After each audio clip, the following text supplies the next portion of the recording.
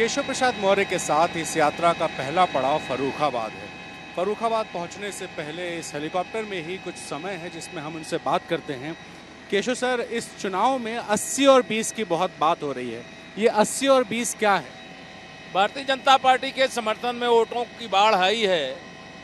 सारे जो मतदाता हैं वह मतदाता इस बात को खूब अच्छी तरीके से समझ लिए कि भाजपा को पहले पिछड़ों और दलितों से दूर रखने की एक साजिशन योजना बनाई गई थी और उसमें लोग यह समझते थे कि भाजपा अगड़ों की पार्टी है। लेकिन जब वो भाजपा में आए तो उनको लगा कि यही तो हमारी पार्टी है। हमें ये सपा बसपा कांग्रेस वाले गलत स्थान पे रोके थे और भाजपा के बारे में गलत दुष्प्रचार कर रहे थे। अभी यह सब लोग मुसलमानों के बारे में इस प्रकार की कोशिश करते हैं कि जैसे मुसलमान ना हो गया वो उनका वोट बैंक मजबूर वोट बैंक हो गया कि भाजपा का डर दिखा दो और सारा मुसलमान वोट प्राप्त कर लो, बिना उनका विकास किए, बिना उनको शिक्षित किए, बिना उनको रोजगार दिए, बिना उनके जीवन में परिवर्तन लाए। लेकिन भारतीय जनता पार्टी सबका साथ, सबका विकास, सबको सम्मान, सबको स्थान देते हुए आगे बढ़ रही है। भाजपा के लिए गरीब गरीब एक समान है, किसान किसान एक समान है, बेटी बेटी एक समान है, चाहे हिंदू हो चाहे मुसलमान हो। लेकिन मैसेज जो जा रहा है सर, वो 80 हिंदू और 20 मुसलमान का ही जा रहा है और आप लोग के भाषण में ये साफ उन लोग को पता चलता है कि 20 मतलब मुसलमान नहीं। ये जो विपक्ष के नेता हैं यह उनकी सोच है कि हम इस प्रकार का अगर दुष्प्रचार करेंगे कि भाजपा वाले केवल 80% हिंदू की बात करते हैं, मुसलमानों के बारे में उनका ये कहना है तुम मत दो हमको वोट। लेकिन हम ऐसी बातें नहीं करते हैं। अगर हम ऐसी बातें करते तो उस वर्ग के लिए हम काम क्यों करते? उसे प्रधानमंत्री आवास के मकान क्यों देते?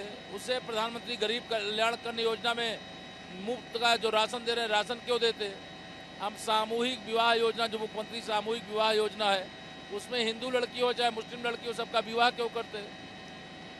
चाहे भर्तियां हो, चाहे रोजगार हो, चाहे शिक्षा हो, चाहे किसी भी सेक्टर में देख लीजिए, हम सबको अवसर दे रहे हैं। और ये प्रमाण है, ये कोई हमारा बयान नहीं है, ये तो कागज का पन्ना रखा हुआ है खुला कि उसमें हमने किनको दिया है किनको नहीं दिया है। लेकिन यह बात विपक्ष नहीं बोलेगा। लेकिन ये मैसेज सर इसलिए जाता है ना कि जब आप जिक्र करते हैं जालीदार टोपी की, लुंगी की, जिन्ना की, पाकिस्तान की, तो ये सारा जो जिक्र है इसी से जाता है कि 20 वही। जिन्ना की बात हमने नहीं किया है। इस चुनाव के अंदर जिन्ना को लेकर के आने वाले तो श्री अखिलेश यादव हैं। बाबूजी श्री कल्याण सिंह जी का निधन हुआ, वो पिछड़ों के भी, प्रदेश के भी, देश के भी बड़े नेता थे। केवल मुस्लिम वोट बैंक ना नाराज हो जाए तो श्री अखिलेश यादव जी उनको श्रद्धांजलि देने भी नहीं गए। इसका क्या अर्थ निकाला जाए? हम क्यों तुष्टीकरण करेंगे? हमें बिना तुष्टीकरण, जब हमारी झोली भर करके जनता ने रखी हुई है, 2014 में हमें 73 सांसद दिए, 2017 में हमें 325 विधायक दिए, 2019 में हमें सपा बसपा कांग्रेस लोकदल सबके एक साथ आने के बाद हमें 64 सांसद और 51% वोट दिए, तो हमें इसकी क्या जरूरत है? उन्होंने यह करके अपने पक्ष में पोलराइजेशन करने का काम किया। तुष्टीकरण वो करते हैं, हम नहीं करते। हम तो विकास करते हैं, हम तो सुशासन देते हैं, हम तो सुरक्षा देते हैं, हम तो दंगा मुक्त प्रदेश बनाते हैं। अच्छा सर, एक सवाल ये कि मुख्यमंत्री जी बदनाम थे नाम बदलने के लिए, जिलों का, इमारतों का, जगहों का नाम बदलते थे। लेकिन इस चुनाव में आप नाम बदल रहे हैं। नमाजवादी party, समाप्तवादी party, Akhilesh Ali Jinnah, Priyanka Gandhi, Priyanka Twitter Vadra, ये नाम बदलना क्या है?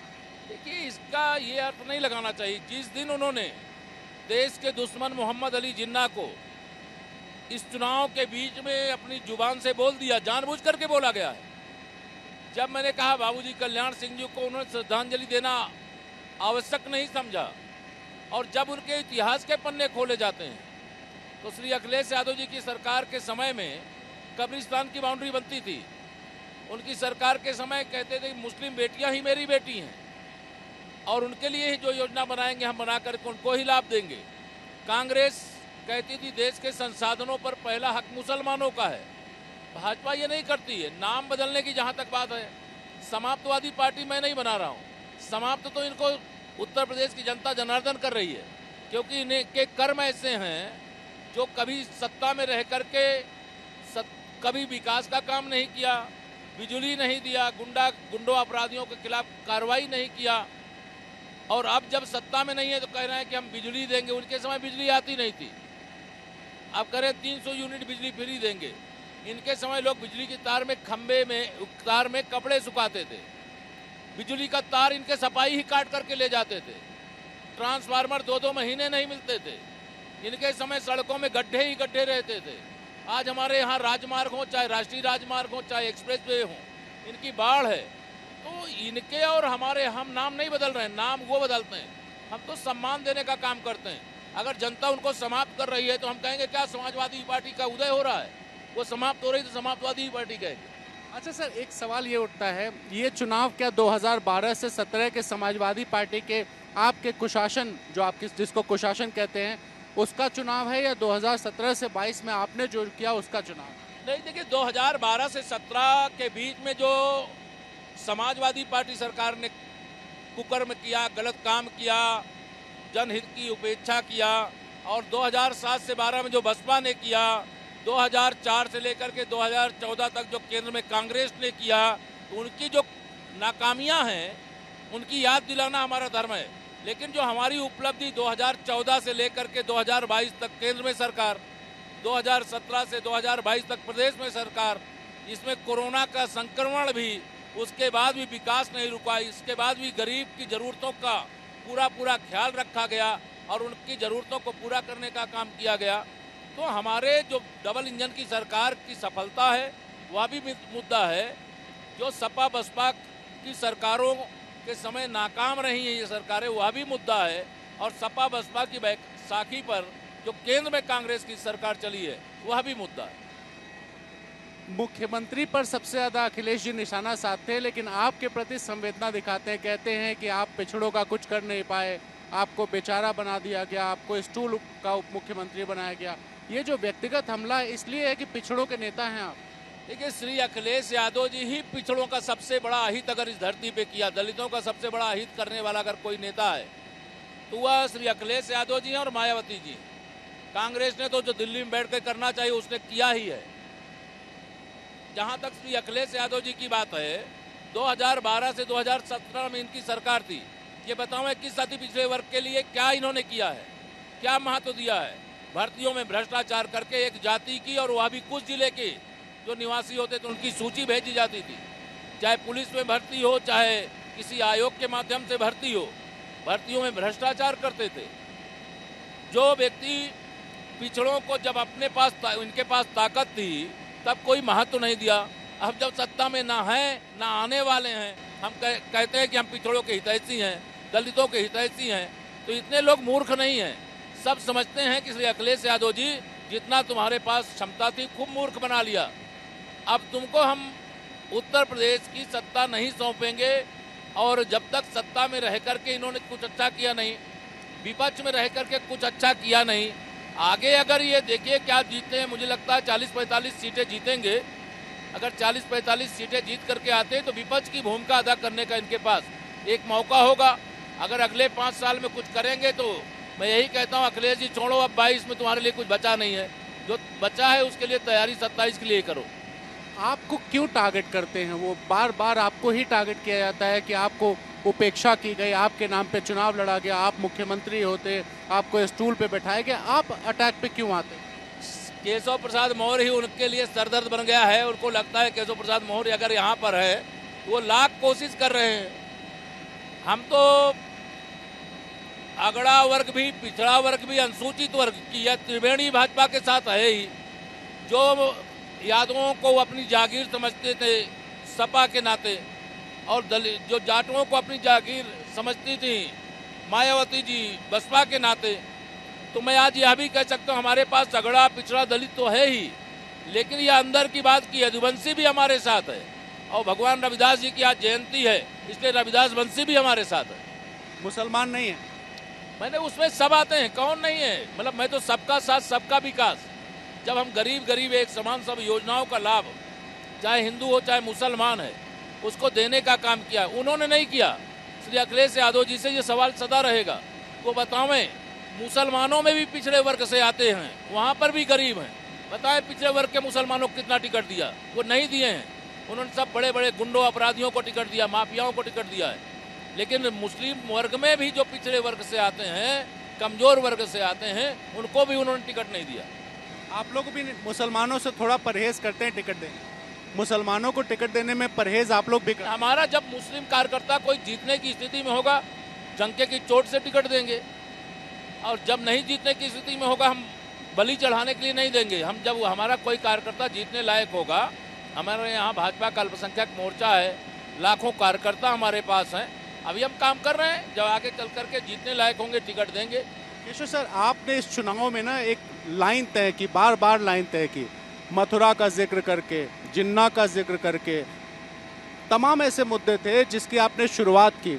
क्या राम मंदिर के बाद जो आप बार बार बोलते हैं कि काशी मथुरा झांकी है, मथुरा की बारी है जो बोलते हैं आप, तो ये मथुरा है मुद्दा? अयोध्या मुद्दा हमारे लिए नहीं है, काशी हमारे लिए मुद्दा नहीं है, मथुरा हमारे लिए मुद्दा नहीं है। उनके जो चश्मे में, जो इटली का चश्मा लगा के कोई आता है, कोई तालिबानी चश्मा लगा करके आता है, कोई तुष्टीकरण का चश्मा लगा करके आता है, उसमें से ये देखता है। अयोध्या में रामलला की जन्मभूमि पर भव्य मंदिर का निर्माण देश की सर्वोच्च अदालत के फैसले से हो रहा है। बाबा विश्वनाथ जी के धाम में जो विवादित परिसर है, उसको किसी ने हाथ नहीं लगाया है, लेकिन बाबा विश्वनाथ जी का भव्य धाम बन करके तैयार हो गया है। मथुरा में जो विवादित परिसर है, उसको छोड़ करके अगर बाकी पूरी हम कन्हैया जी की जन्मभूमि को, उनकी लीला स्थली पूरे वृंदावन को अगर हम सजाते हैं, विकास करते हैं, जिसके आधार पर देश भर से, दुनिया भर से करोड़ों करोड़ धार्मिक पर्यटन आते हैं और उससे रोजगार लोगों को मिलता है, तो इससे श्री अखिलेश यादव जी की छाती में दर्द क्यों होता है? मायावती जी को इससे बैर परहेज क्यों होता है? कांग्रेस को इसका विरोध क्यों करते हैं? आपने पिछड़े नेताओं की बात की, लेकिन सबसे ज्यादा जो मंत्री भागे बीजेपी छोड़ के, वो सब पिछड़े थे। जितने विधायक भागे सब पिछड़े थे, और ओम प्रकाश राजभर भी पिछड़ों के नेता थे, वो भी भाग गए। तो कहीं कोई नाराजगी है क्या पिछड़ों में कि ये सब भाग गए और समाजवादी पार्टी से जाके अटैच हो गए?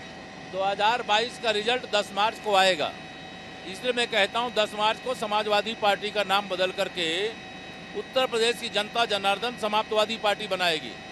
जो भाग के गए हैं उनके साथ कुछ नहीं गया है, सब मटेरियल हमारे पास है, खाली डिब्बा चला गया, खाली बोतल चली गई और चले गए, अच्छा हुआ। उनको भी अब भ्रम टूट जाएगा कि वो जनता के नेता नहीं है, वो खाली डिब्बा थे, अब खाली डिब्बा हैं और खाली डिब्बा रहेंगे। आपने आग्रह किया था लोगों से रुकने का, वापस आने का, अफसोस है क्या कि राजभर भी चले गए और बाकी मंत्री भी चले?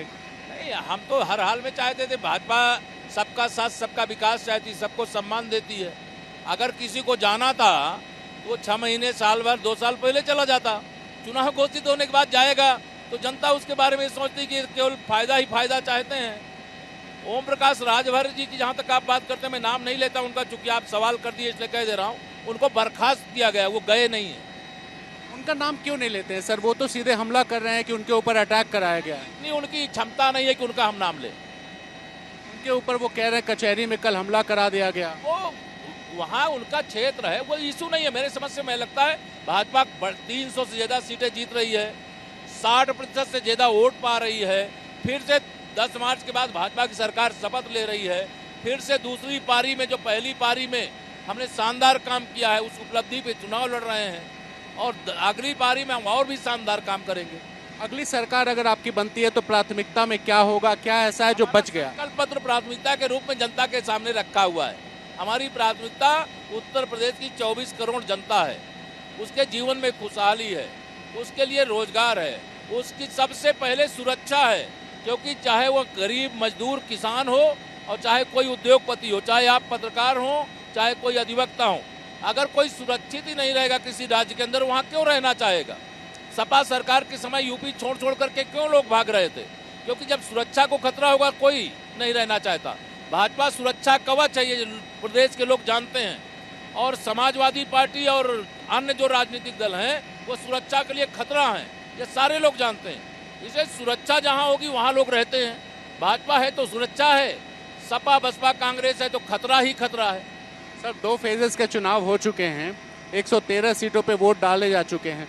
कितनी सीटें बीजेपी को लगभग मिल रही? देखिए, मेरा मानना है कि पहले चरण में ही साइकिल उड़ करके सैफई चली गई थी, हाथी उड़ करके मायावती जी के बंगले में चला गया था, और हाथ के पंजे वालों को कोई फोटो खिंचाने वाला नहीं मिल रहा। इसलिए जबरदस्त जीत 2017 की तरह 2022 में भी हो रही है। मुझे लगता है कि 110-11 सीटों का जो चुनाव हुआ है, इसमें हम लोग लगभग 85 से 90 सीटें जीत रहे हैं। एक सवाल सर ये है कि फ्री राशन आपके लिए बड़ा मुद्दा है, गांव में लोगों को मिल रहा है, लेकिन जब हम गांव में जाते हैं ना तो लोग कहते हैं 5 किलो राशन के ज़्यादा भारी जो आवारा पशु हैं ना वो हैं, क्योंकि वो खेत खराब कर रहे हैं। उन किसानों से क्या कहना चाहेंगे कि आखिर सरकार फिर आएगी तो उससे निजात मिलेगी? नहीं, हमने बजट में व्यवस्था 2017 से 22 के अंदर भी की है। हर न्याय पंचायत स्तर पर ऐसे निराश्रित जो पशु हैं उनके आश्रय स्थल बनाए गए हैं और बड़े पैमाने पर उस पर पैसा खर्चा किया जा रहा है, उनको पकड़ा जा रहा है।